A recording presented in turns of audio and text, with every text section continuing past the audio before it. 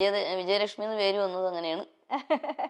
അപ്പം ചെന്നൈയിൽ വെച്ചാ പാടിക്കൊണ്ടിരുന്നു. കുഞ്ഞിലേ പാട്ടാണ് ഏറ്റവും ഇഷ്ടം അല്ലേ? അതെ അതെ. പക്ഷെ പ്ലേബാക്ക് സിംഗർ ഒക്കെ ആവണതിന് മുന്നേ തന്നെ രുദ്രവീണ വായിക്കുന്ന ആർട്ടിസ്റ്റ് എന്നുള്ള രീതിയിൽ രുദ്രവീണ അല്ല, ഗായത്രി വീണ.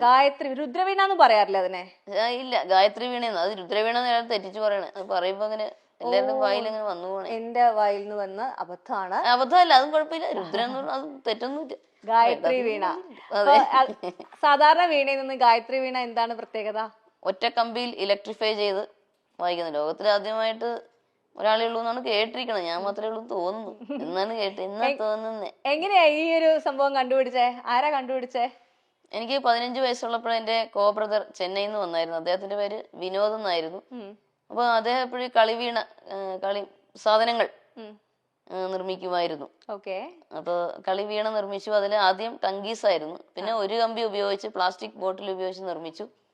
അപ്പോൾ ഞാനാണ് അതിൽ സപ്തസ്വരങ്ങളൊക്കെ വായിക്കാൻ തുടങ്ങി. അച്ഛനോട് അമ്മയോട് സ്പൂൺ എടുത്തോണ്ട് വരാൻ പറയും. സ്പൂൺ കൊണ്ട് ഉരച്ച്, spoon, screw driver, test tube, പല സാധനങ്ങൾ പരീക്ഷിച്ച് അപ്പൊ അങ്ങനെ വായിച്ചു തുടങ്ങി.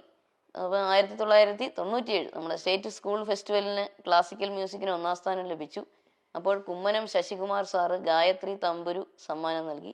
അച്ഛനാണ് ഒറ്റ കമ്പിയിൽ ഇലക്ട്രിഫൈ ചെയ്തു തന്നത്. ഇപ്പൊ ഞാൻ വായിക്കുന്നത് അച്ഛൻ സ്വന്തമായി നിർമ്മിച്ച വീണയാണ്. വിജിയുടെ ജീവിതത്തിലെ ഏറ്റവും വലിയ ശക്തി എന്ന് പറയുന്നത് വിജിയുടെ അച്ഛനും അമ്മയാണ്. അച്ഛനും അമ്മയുമാണ്.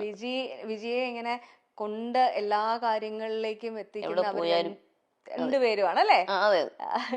ഈ ഒരു ഏറ്റവും വലിയൊരു ഭാഗ്യമാണ് അവരെ പോലെ 2 പേരൻസിനെ കിട്ടുക. അതാണ് ഏറ്റവും വലിയ ഭാഗ്യം ശരിക്കും പറഞ്ഞു. അച്ഛനും അമ്മയും എപ്പോഴും കൂടെ തന്നെ ഉണ്ടല്ലേ? കൂടെ തന്നെ ഉണ്ട്. എന്താണ് അച്ഛനും അമ്മയുടെ ഏറ്റവും വലിയ ആഗ്രഹം എന്ന് പറയാറുണ്ടായിരുന്നു അവര്? പാട്ടുകാരിയായി തീരുക, പിന്നെ അച്ഛനും അമ്മയും ഞാൻ കാണണമെന്നും പറയാറുണ്ട്. അപ്പൊ 1997 നമ്മുടെ സ്റ്റേറ്റ് സ്കൂൾ ഫെസ്റ്റിവലിന് ക്ലാസിക്കൽ മ്യൂസിക്കിന് 1ാം സ്ഥാനം ലഭിച്ചു. അപ്പോൾ കുമ്മനം ശശികുമാർ സാറ് ഗായത്രി തമ്പുരു സമ്മാനം നൽകി. അച്ഛനാണ് ഒറ്റ കമ്പിയിൽ ഇലക്ട്രിഫൈ ചെയ്തു തന്നത്. ഇപ്പൊ ഞാൻ വായിക്കുന്നത് അച്ഛൻ സ്വന്തമായി നിർമ്മിച്ച വീണയാണ്. വിജിയുടെ ജീവിതത്തിലെ ഏറ്റവും വലിയ ശക്തി എന്ന് പറയുന്നത് വിജിയുടെ അച്ഛനും അമ്മയാണ്. അച്ഛനും അമ്മയുമാണ്. വിജിയെ ഇങ്ങനെ കൊണ്ട് എല്ലാ കാര്യങ്ങളിലേക്കും എത്തിക്കുന്ന രണ്ടുപേരുമാണ് അല്ലേ? ഈ ഒരു ഏറ്റവും വലിയൊരു ഭാഗ്യമാണ് അവരെ പോലെ 2 പേരൻസിനെ കിട്ടുക. അതാണ് ഏറ്റവും വലിയ ഭാഗ്യം ശരിക്കും പറഞ്ഞു. അച്ഛനും അമ്മയും എപ്പോഴും കൂടെ തന്നെ ഉണ്ടല്ലേ? കൂടെ തന്നെ ഉണ്ട്. എന്താണ് അച്ഛനും അമ്മയുടെ ഏറ്റവും വലിയ ആഗ്രഹം എന്ന് പറയാറുണ്ടായിരുന്നു അവര്? പാട്ടുകാരിയായി തീരുക, പിന്നെ അച്ഛനും അമ്മയും ഞാൻ കാണണമെന്നും പറയാറുണ്ട്. അത് പ്രധാനമായിട്ട്. നല്ലൊരു ജീവിതം ഉണ്ടാകുക, ഇതൊക്കെ തന്നെ. സംഗീതത്തിൽ എത്ര എത്തിക്കാമോ അത്ര എത്തിക്കുക എന്നുള്ളതാണ്. നമ്മളെ അച്ഛനമ്മമാര് നമ്മളെ നോക്കുന്നത് പോലെ വേറെ ആർക്കും ചെയ്യാൻ പറ്റില്ല എന്നുള്ളൊരു സംഭവം ഉണ്ട്. ഈ അച്ഛനമ്മയും കൈ പിടിച്ച് കൊണ്ട് നടക്കുന്നതിനൊപ്പം അവരും ഒരു എന്താ പറയാ, വിജിയുടെ കൈ ഒരാളെ പിടിച്ച് ഏൽപ്പിച്ചിരുന്നു സന്തോഷത്തോടു കൂടി. പക്ഷെ നമ്മൾ വിചാരിച്ചതുപോലെ എല്ലാ കാര്യങ്ങളൊക്കെ. അതിനെപ്പറ്റി പറയാൻ വിഷമമുണ്ടെങ്കിൽ വേണ്ട. എന്തിനാ വെറുതെ. ഇപ്പൊ അദ്ദേഹം ഇപ്പം അദ്ദേഹം ഇങ്ങനെ അറിഞ്ഞിരിക്കുന്ന അദ്ദേഹം വേറെ വിവാഹിതനായി ജീവിക്കുമല്ലേ, നമ്മളായിട്ട് വെറുതെ. അങ്ങനെയാണ് മാമനൊക്കെ പറഞ്ഞത്. അദ്ദേഹം എന്ത് ചെയ്യുന്നു എന്നുള്ളത് നമ്മൾ വിട്ടേക്കാം. അത് വിട്, അത് നമുക്ക് വിടണ്ടല്ലോ. അപ്പൊ കേട്ട് ആ ഒരു എന്താ പറയാ, ജീവിതത്തിന്റെ യാത്രയിൽ നമ്മളോടൊപ്പം വന്നു ചേർന്ന വ്യക്തി നമ്മളെ മനസ്സിലാക്കിയില്ല എന്നുള്ളൊരു വിഷമം ഭയങ്കരമായിട്ടുണ്ട് അല്ലേ? അതുണ്ട്.